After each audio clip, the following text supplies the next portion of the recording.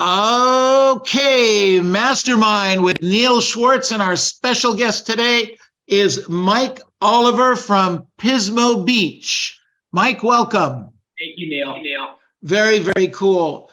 Mike and I have a kind of an interesting story that maybe this is a kismet moment. So I'll share with you later in the show what happened. But right now, let's introduce Mike Oliver. Mike, if you'll give us a little bit of a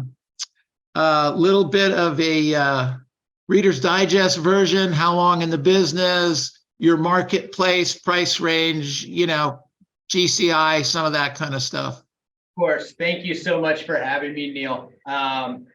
So been in the business for 12 years here in Pismo Beach in California. Our price point, average price point, right around $1 million, between $1 million, $1.2 million. A lot of coastal property, most affordable coastal property with good weather in the state of California. We have, we're the recipients of business that comes from Los Angeles, San Francisco, and then the San Joaquin Valley. So there's a lot of folks that come here, and this is primarily a vacation spot. GCI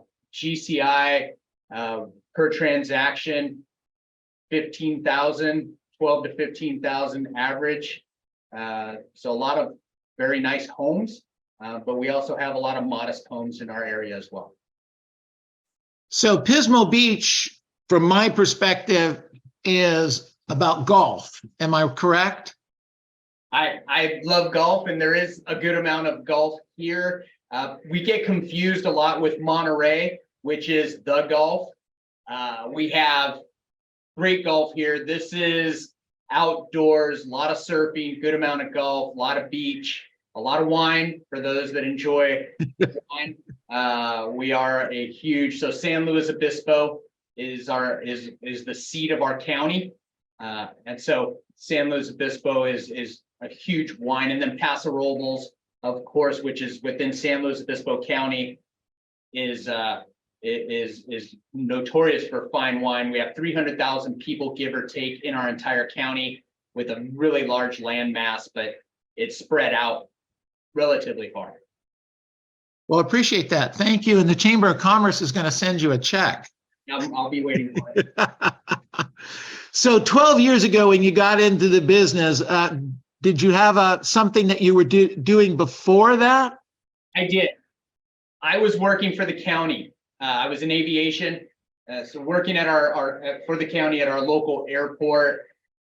I had some big life changes, and so that's what I was doing before I started real estate. Got it. Okay. How much money does the county pay for whatever you were doing in aviation? More or less. More or less, I topped out at 57,000 a year. 57,000, 12, 13 years ago. Correct. Okay, got it. And 12 years later, your last year's income was? Just under $1 million. $1 million. So you're doing better. We're doing better. Okay, good. I wanted to make sure we were on the right path there. Yeah. All right. So 12 years ago, you started in the business. You were living in the community, so you had some past client and sphere that you could work with? I really did, Neil. I was fortunate in the aviation world, and there's a lot of private aircraft, private pilots and corporate jet pilots that are at this airport. My sphere was a lot of those folks. Okay. One gentleman in particular, I gave him my hairball idea of getting into real estate, and he promised me that he would give me business. And it was the first person that I held to a promise, which my coach is constantly telling me, make sure those people that promise you something follow up. And I did. And that gentleman it's been fruitful for years. Wow. So one guy is still giving you business because you encouraged him to get into buying and selling real estate?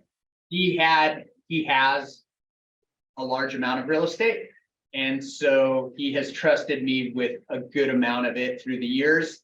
And from him have, of course, the tentacles have reached out. That's just one of those people. But yes, there was a lot of, I interacted with hundreds of people every day at the airport. So Interesting. Very, very cool. Well, sometimes people take their past experiences into this business, and sometimes people don't ask because they're afraid that it sounds like they're begging for business. That didn't bother you? no, I don't mind asking. That's part of it. You don't ask, you don't get. It's great thought. Good stuff. So other business that was coming to you, was it only from this database, or did you do things like expireds for sale by owners, just listed, just sold? Yeah, thank you, Neil. So I worked an interesting shift at the airport where I had Sunday, Monday, Tuesday off. And I started work at the airport at 4 a.m. So I was off by 2:30 on the days that I did work. So I had been introduced to Mike Ferry here locally. My broker at the time was a huge Mike Ferry disciple. And so Mike came here to our town and we had a meeting, and that's a whole story unto itself. But I drank the Kool-Aid, and what he told me to do was prospect. And so I used the days that I wasn't working, namely Monday and Tuesday, and I prospected all day. And then I'd get up at 2 o'clock. My kids at the time were younger. They didn't get off school till, 3 or 4. And so I had a couple more hours to prospect on those days. So I was prospecting a lot hour-wise. Quality wasn't very good, but quantity over quality, I guess at the beginning, really pays off. So a lot of business started to come in from that prospecting. So quantity over quality. All right, good stuff. So you were grinding it out, so to speak. Grinding it out. Good, and kept focused with it. How about working? So that was just listed, just sold, or you were doing expireds? All of it. Sorry? I was doing all of it, and I was getting it out of a phone book. There wasn't a lot of databases on the internet at the time, so it just ripping pages out of a phone book and just calling folks. Good for you. Good for you. So you didn't need all the bells and whistles and tools of the world to help you out. So, why did you buy into, Mike, your words, drink the Kool-Aid? What was it about that at that time? He had a nice watch. He still has a nice watch. Nice watches.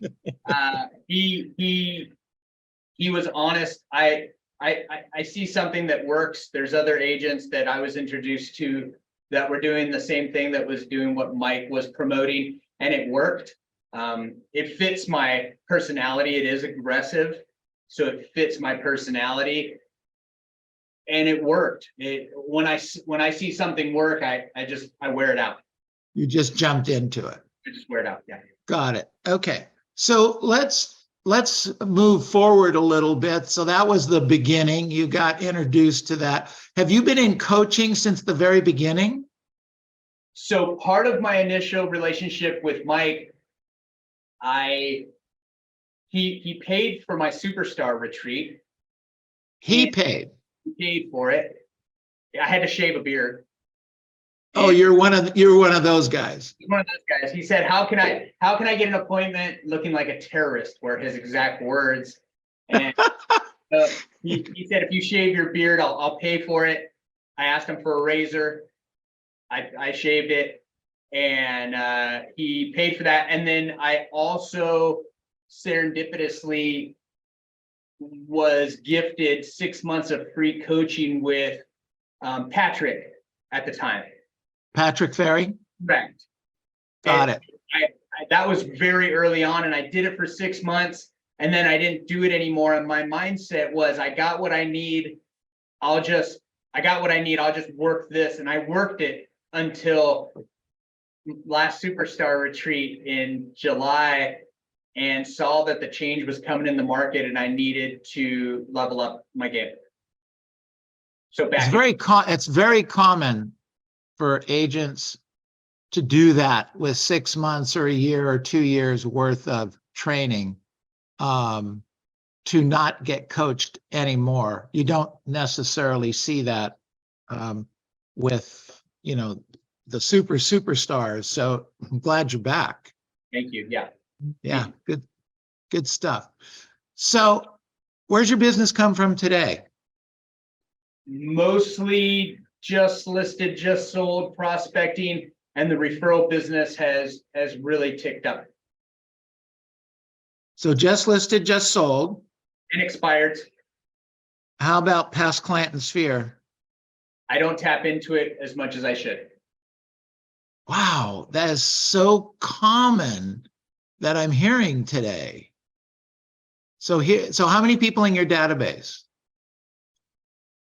550. And okay. And so every year, so last year you did how many deals? 49, 48.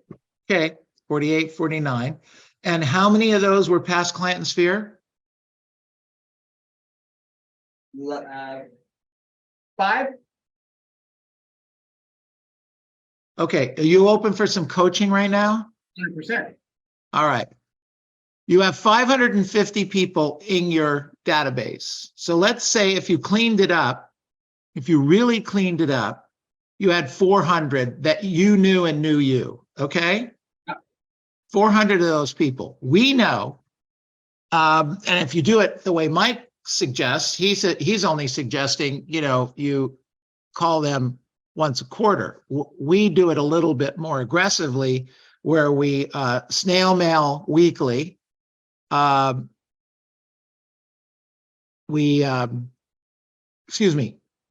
Email weekly, snail mail monthly, and call them every other month. And then now we've actually added to that where we send out a text on the odd month. If you did that, you would have something like 72 touches over the next year, and only one of them costs you any real dollars, okay? And that's the mail. So if you did that,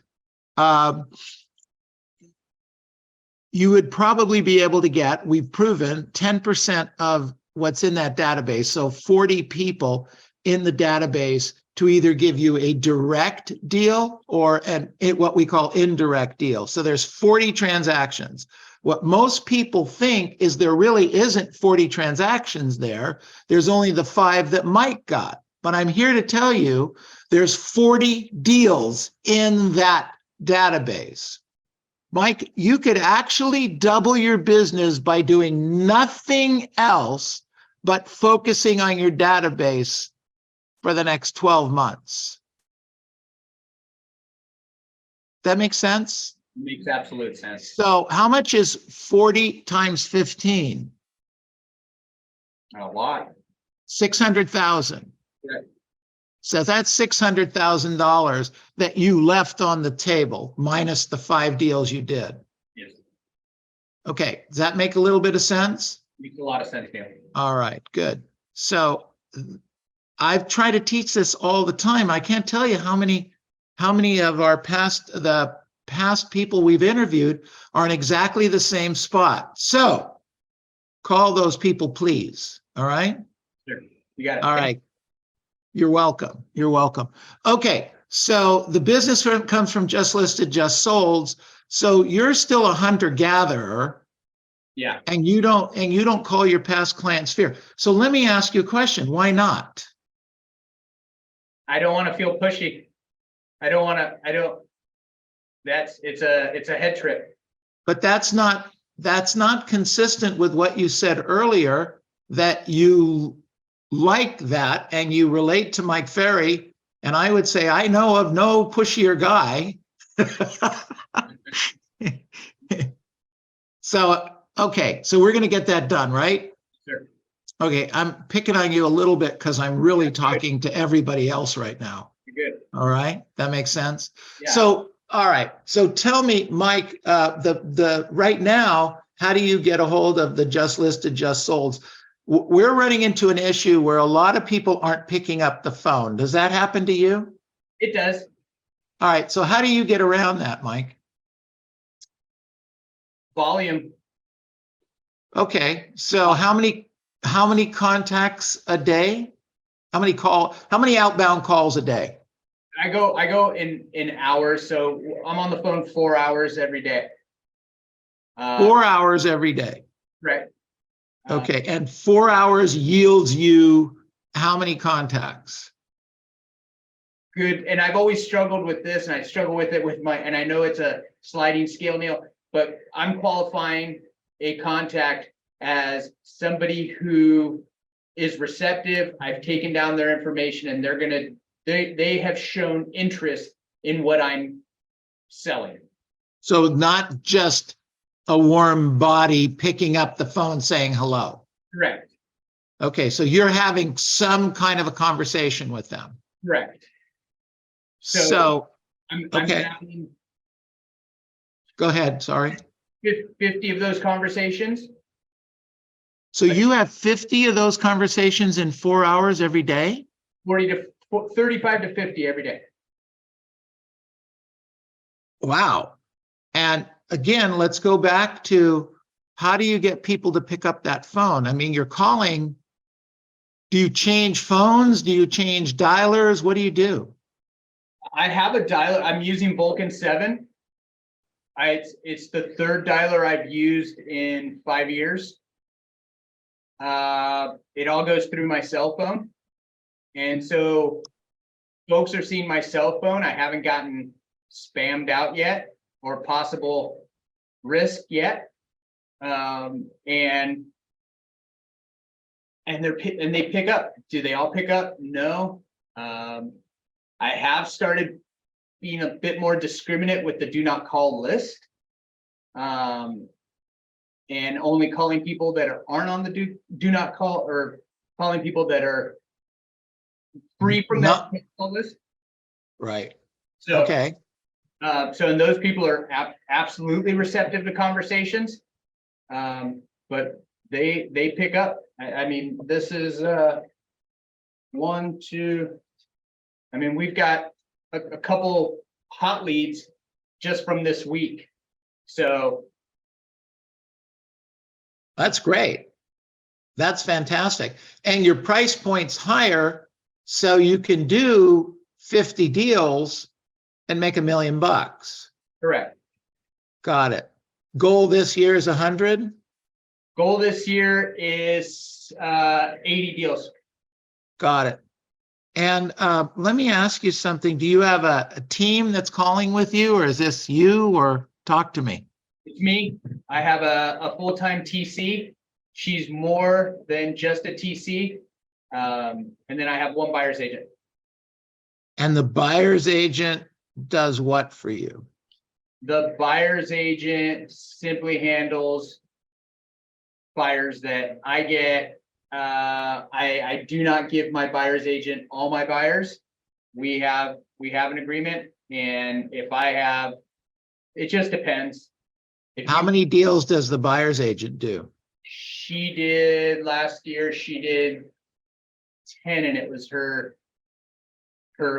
first full year in real estate. Is that included in your 48 or 49?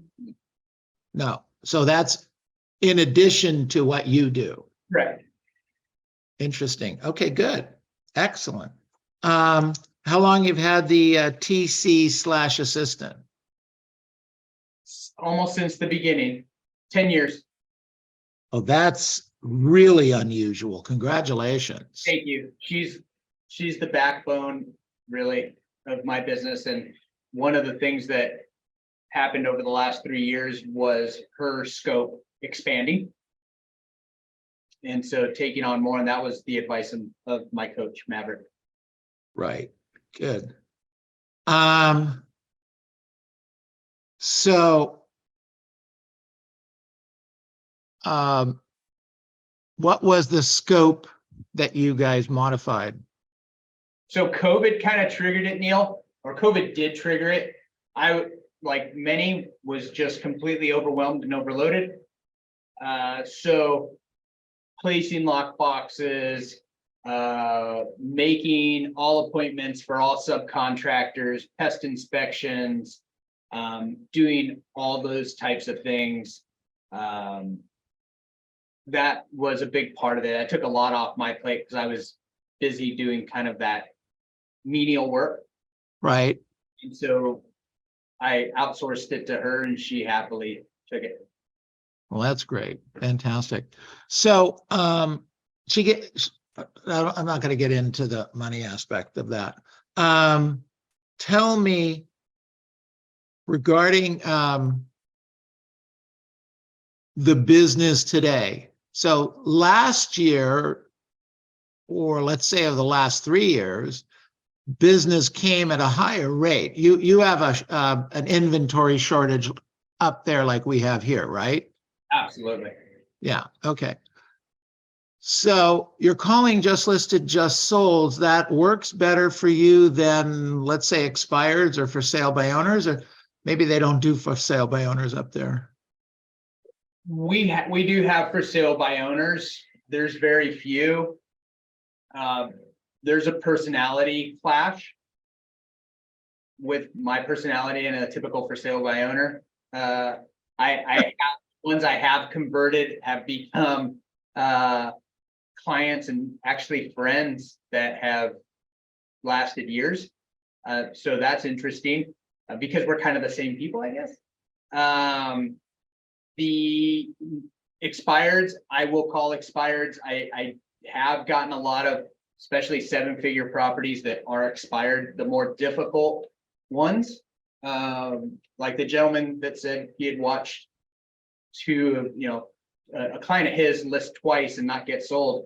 Those are difficult, but I have been successful to convert those and sell them. But most of them, Neil, are just listed, just sold. That's the majority of my work. That's currently or 2-3 years ago? That's 2-3 years ago, but it's still the same. The business has slowed, right? There's less inventory, but my mindset is it's on part of my responsibility is to develop that inventory. Right. So are you prospecting more hours now or the similar hours? So I've taken it to the 4. Okay. And What did you do before? I was doing 3 and I was taking Thursdays off in the morning to golf. Well, you got to golf. You're in a golf capital. My hand is way up right now because I haven't been golfing, but it's very cold. There's a lot of excuses for golf. But needless to say that when I saw this shift happening, we put golf away because it was Thursday mornings. It was great. It's with the fellas, but it was taking up my whole day. And I made some other changes in my schedule thanks to my coach. Workout in the morning as opposed to the afternoon. And so I prospect from 8:30 in the morning till 12:30 in the afternoon, 5 days a week now. So you were working 4 days a week before. Correct. So that's 25% of your week. You weren't prospecting or quote unquote working. You were golfing and enjoying yourself.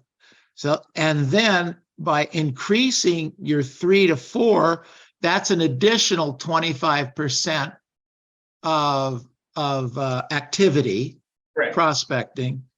So you didn't take it up 50%, but you took it up a good amount. Correct. And you're getting about the same amount of business you were getting before, or it still dropped? It's on par with before COVID. Okay. It's hard to quantify the COVID burst. I understand. And so, I understand. But I also don't want to get sucked into that negative mindset of I'm only gonna. So our first quarter numbers are lower than they were than the first quarter before COVID. Um, Okay. and Okay. but our second quarter is shaping up very, very nicely. We have listings in the pipeline and escrows going. So it's starting to gain some momentum and traction. And the new prospecting schedule is a little more than 6 months old. So Okay. so it's starting to kick in. All right. If you would not have made these changes, where do you think you might have been? What do you think would have happened? No. Complacency, mindset, affected. I'm sure. I don't know. I don't really think that way of what could have happened because who cares? No, you're right. You're absolutely right. Good stuff. Fantastic. Really excellent, Mike. I mean, you're except for the past client and sphere base, you're doing it all right. Trying. But Okay. that past client, that needs to be, it always has. I know it does. I'm just going to put your name down on a list and just call you or text you on a regular basis and beat you like a drum. Thank you. Does Maverick know you don't work at your database? Doesn't now. He knows. Yeah. He knows. I'm sure he does. Good stuff. Okay, you want to open it up for some questions? You good with that? Absolutely. All right, questions for Mike Oliver. Just listed, just sold. It's going to do 45, 50 transactions a year. 5 day, working 5 days a week, but 4 hours of prospecting. Anyone have a question? Yes, go ahead. I have a question in reference to your just listed, just sold. I want to understand that when you're talking to your just listed, just sold, when somebody tells you, oh, I'm thinking of selling, maybe I'm not sure, what is your follow-up system? How aggressive are you in this? Do you do mails? How many times you call them? Tell me. Thank you. Yes, if we have that conversation, I'm mailing you one of my business cards. I'm mailing you that. I'm getting your email address. I'm also going to email you. So that's 2 touches right away. I'm going to follow up within the same week, wherever we think we're going to follow up, cut it in half. Right. So if I'm going to follow up in a week, I think that's just commonplace for folks in our business. Follow up in 3 days. And call, did you receive the card I sent you? My goal is to get the appointment. I just need to get the appointment and get in front of them. And so the follow-up is aggressive. It's like everything else. If it goes from there and we're still not getting it, you're just now you're in the rotation of a phone call once a month. But I need to know if you're going to do something in the next 6 months. If you're not doing something in the next 6 months, you're going into a different rotation where I'm calling you maybe every 4 months, maybe every 6 months, maybe every 3 months. So your timeline or your cutoff time is 6 months. Is that right? It is. And that has changed. It used to be more broad. And that's something I've really worked on with my coach. Got it. All right. Thank you for. All right, Mike, appreciate that. Great question, Tess. Joey, question for Mike. Yes, sir. So yeah, my question is, obviously it sounds like your timeline for a lead is about 6 months. But my question is on the just listed, just sold. What does that timeline look like from the point of contact to contract? On average? On average. A year sometimes.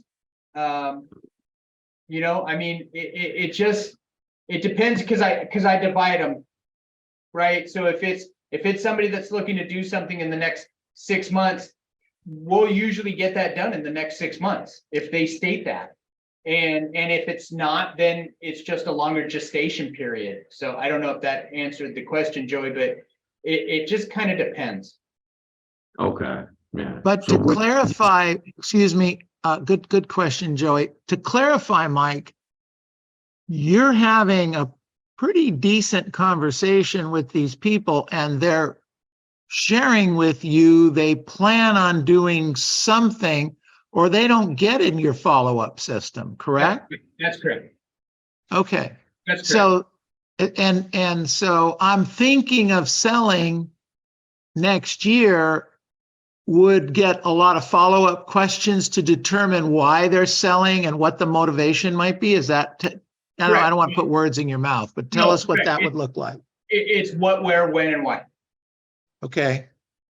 Got it. All right. So If I can fill those boxes on my box, we've got something to work with.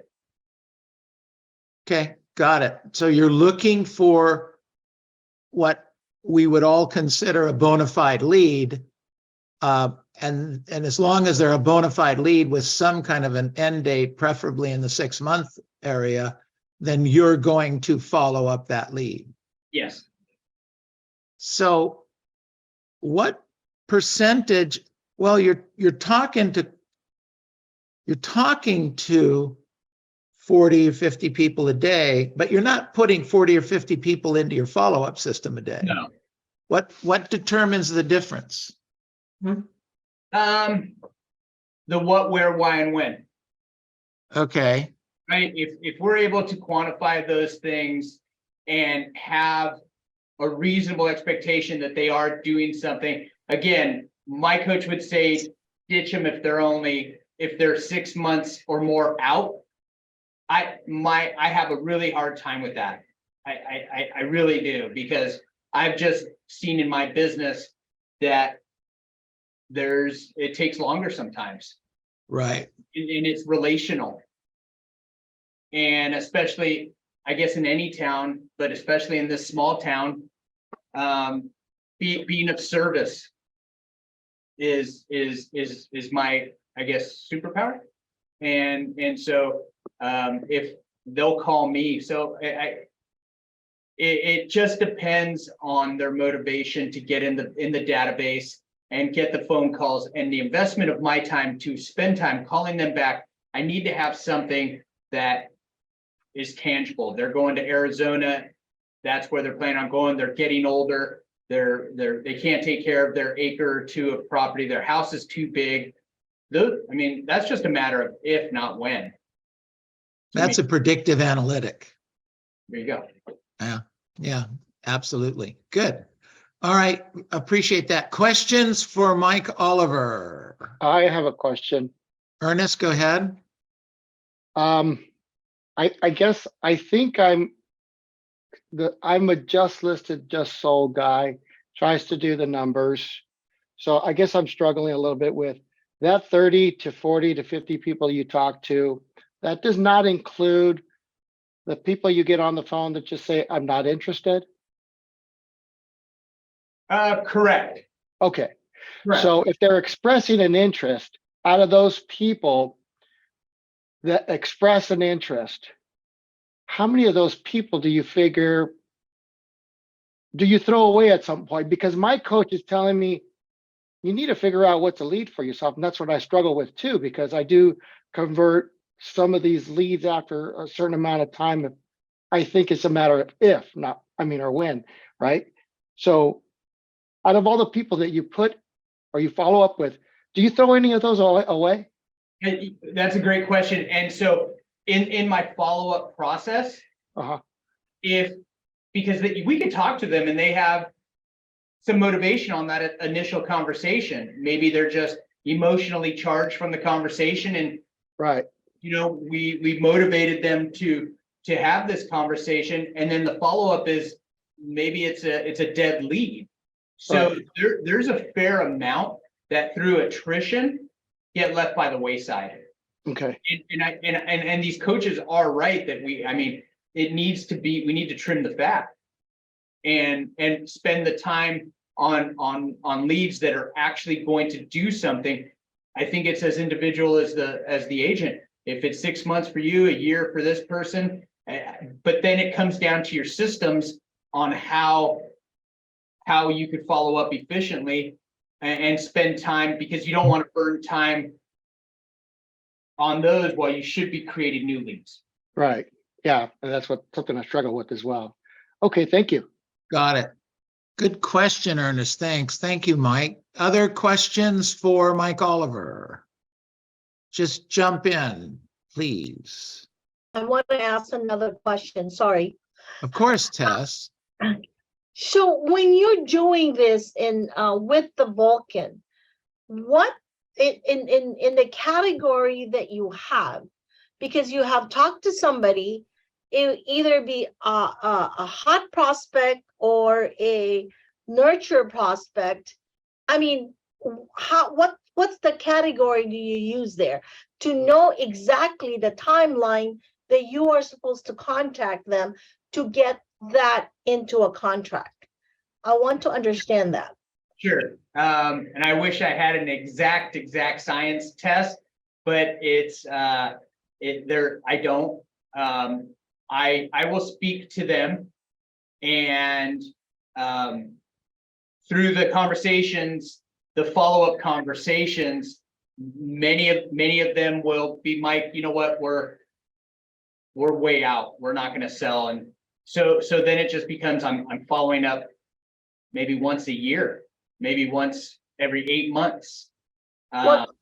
Okay, so what category? Because Mike says that the ones that are dead, get rid of it. Sometimes our mindset can really throw us off, you know? I know. And I struggle with that as well. I have a lot of leads that I went through them, and I already trimmed the fat once, and it pained me to throw them in my trash, and I did. But then you listen to these very, very, very, very successful agents that are down to, and I'm an index card guy, that we should only have 5 of them, maybe 10 of them that we're constantly, and that's where I'm trying to get is just have my 5 or 10 that are very highly motivated, and I'm calling them on a very regular basis to get them to fulfill on what they said they were going to do. And so it's a work in progress test. Those other leads, I'm calling once a month. The ones that are, call it marginal. Yeah. I'm calling them once a month. And that's a lot, I think. And I mean, I think that the snail mail, that's way more productive, even for my sphere of influence. But I should probably implement that for a lot of these others too, and I'd probably be generating a lot more leads. Sure. Okay. Thank you. Well, Mike, that's probably up for another conversation on how we could do that and come up with some ideas for you. So I'll give you a call on that a different time. Thank you. Other questions for Mike? Other questions for Mike? Yeah, I got another question. Sure, go ahead, Joey. Okay. So let's say you're following up with someone every 6 months versus every month. What does that call look like? How does it compare to the call that you make every month versus the call that you make every 6 months? Good question, Joey. Quick role play. Hey, Joey, good afternoon. It's Mike Oliver with Haven Properties. Do you have a second? Sure, Mike. Great. Thank you for taking the call. Just wanted to check in, make sure things are good on your end. We give you a quick 2-minute update on the market and give them the update. And then Joey was curious, have you and your wife, your partner, have you guys talked about selling your home? Is that something is that a conversation that's happening in the house, in the household? Well, we were talking about it. I remember when you had first contacted us, it was something that we were talking about. We kind of go back and forth on it still. We just really haven't made up our mind yet. Okay, perfect. And I'm getting that a lot from a lot of people I speak to.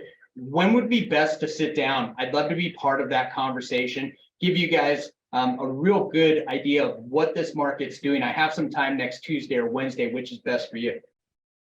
Let's shoot for Wednesday. Perfect. Wednesday. Here's what I'm going to do. I'm going to call you Tuesday to confirm our appointment for Wednesday. I'm going to send you an email with exactly what we'll be going over, and we'll sit down, see what you guys have, see what you guys are talking about, how I can fit into those plans, help you guys accomplish what you're doing, and we can go from there, Joey. Okay, sounds good. So it's all the same, right? We're just trying to get the appointment. Okay. And market information being of value. These folks, what I have learned, these folks out in the marketplace, they're getting a lot of information from a lot of other sources other than professional real estate agents that are doing business every day. So let's be the resource for them. Nice. Thank you. Absolutely. Good job. Okay, unmute yourselves. Unmute yourselves. Let's give Mike a big hand here. Woo! All right. Fantastic. Good job. Good job. Good job. Mike, this has been awesome. We really appreciate it. Thank you. Thank you. Thank you. Yeah. In respect to your time, we're at 45 minutes right now. I want to make sure that that we do respect it. We have pasted your website information and everything on there on the chat box. What we do right now is we're going to take a few minutes and kind of go around the room and ask the agents what they learned from you. You know, what did they get from you and your time? You're welcome to hang with us and listen in, or if you need a hard stop and need to go, we totally get it. No, I'm fine. Thank you. All right, perfect. Okay, so what did we get from Mike Oliver today? Who wants to go first? Hello, Ruth, please. Yes. I learned that on some of the contacts that you've made, that you need to send them something right away. I haven't done that. I've just kind of kept in touch on the phone, but that is good to do. I actually have a list of 2 people that I'm going to send something out to today because you said that. So thank you. That's a good suggestion. Great. Good job. Excellent. Thanks, Mike. Thank you, Ruth. Other things that we learned today from Mike Oliver I have one. or Ernest? Only one? Well, at least one. I wrote it down.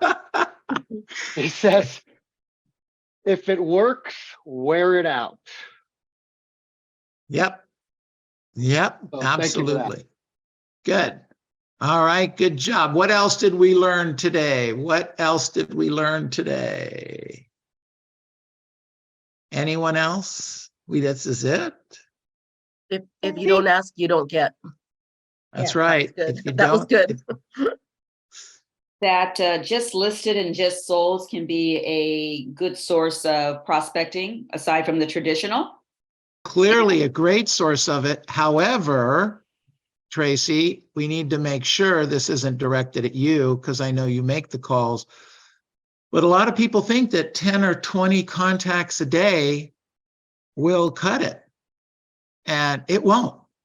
And if that's all you're doing, ladies and gentlemen, go, I guess, as Robert would say, Walmart's looking for greeters.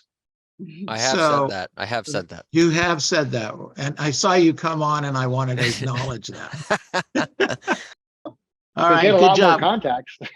Yeah, that's right. You'd have a lot of contacts. Good point, Mike. Okay, what else did we learn today from Mike?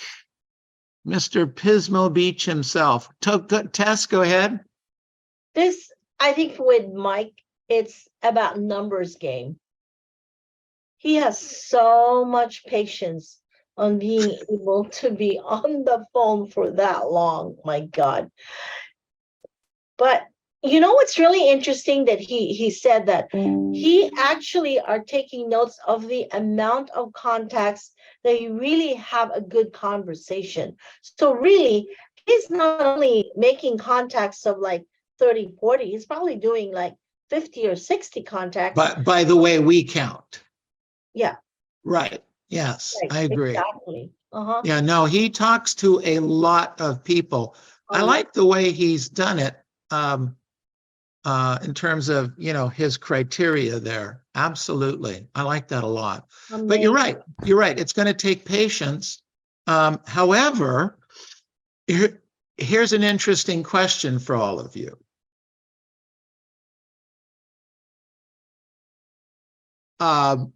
Mike works 4 hours a day. Well, he works more than 4 hours a day, but he prospects 4 hours a day and makes $1 million a year. Could that help you have patience? When do we plan on moving to his area? Exactly. Well, I don't think it's his. Well, you could move to his area as a retirement thing. All right. But I don't think his area is any different than the areas that we live in. That's true. I don't think it is. Okay. Good job, Mike. Yeah, really good. Okay, let's You know give what Mike. you know what I got, Neil? I Yes, was watching Rob, it here please. in Diamond Bar, and I wanted to give Mike a credit for this. Is, you know, like you said, he's making $1 million a year. He's obviously doing very well, and compared to the average real estate agent in his community, he's obviously doing very well. And you kind of challenged him on his database, and he didn't get frustrated with you. He didn't get annoyed with you. Well, internally he might have. I'm just, you know. Well, you should see the text he sent me. No, I'm kidding. But No. externally, he didn't look at you like, I'm making $1 million, dude. Like, back off. You know, he went, no, you're right. Yeah, no, it's a good point. No, I'm going to start working on that. Does Maverick know about this? Well, he will now. Like he just took the coaching. He took the, hey, this little idea, instead of, you know, you and I know from coaching agents, is sometimes if they're doing fairly well, giving them a new idea doesn't go over very well. And he just went, yeah, okay, no problem. And that coachability is probably one of his superpowers on how he was able to get to the production level that he's at without really working much of his database. I just thought that was a really cool moment that he had of just kind of, you're right. Okay. No, I agree. I think that's a great point. Absolutely. Hey, Neil. Okay. Yes. Hey, Neil, I just had one more.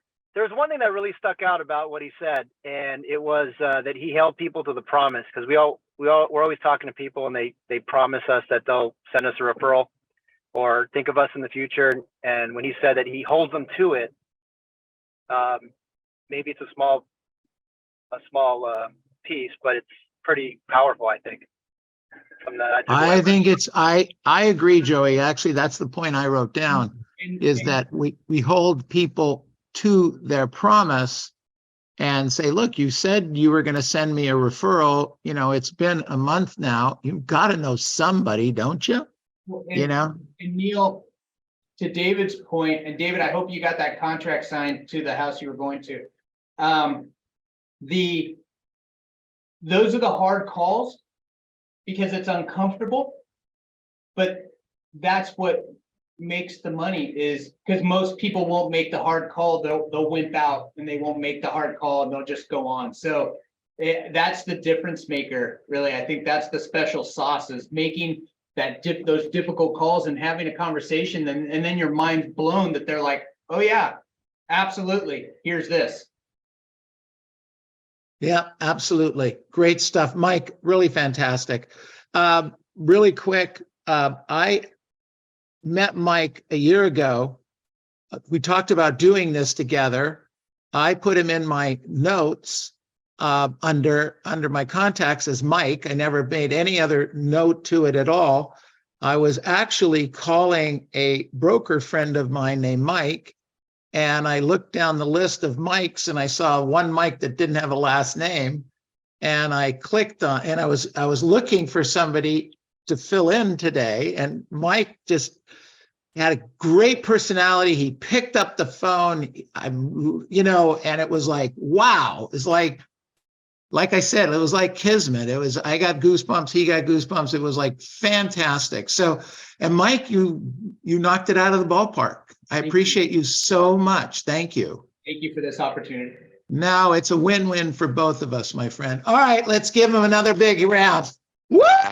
All right. Fantastic. Good job. Okay, everybody, let's rock and roll. Robert, who's up? Robert's. We have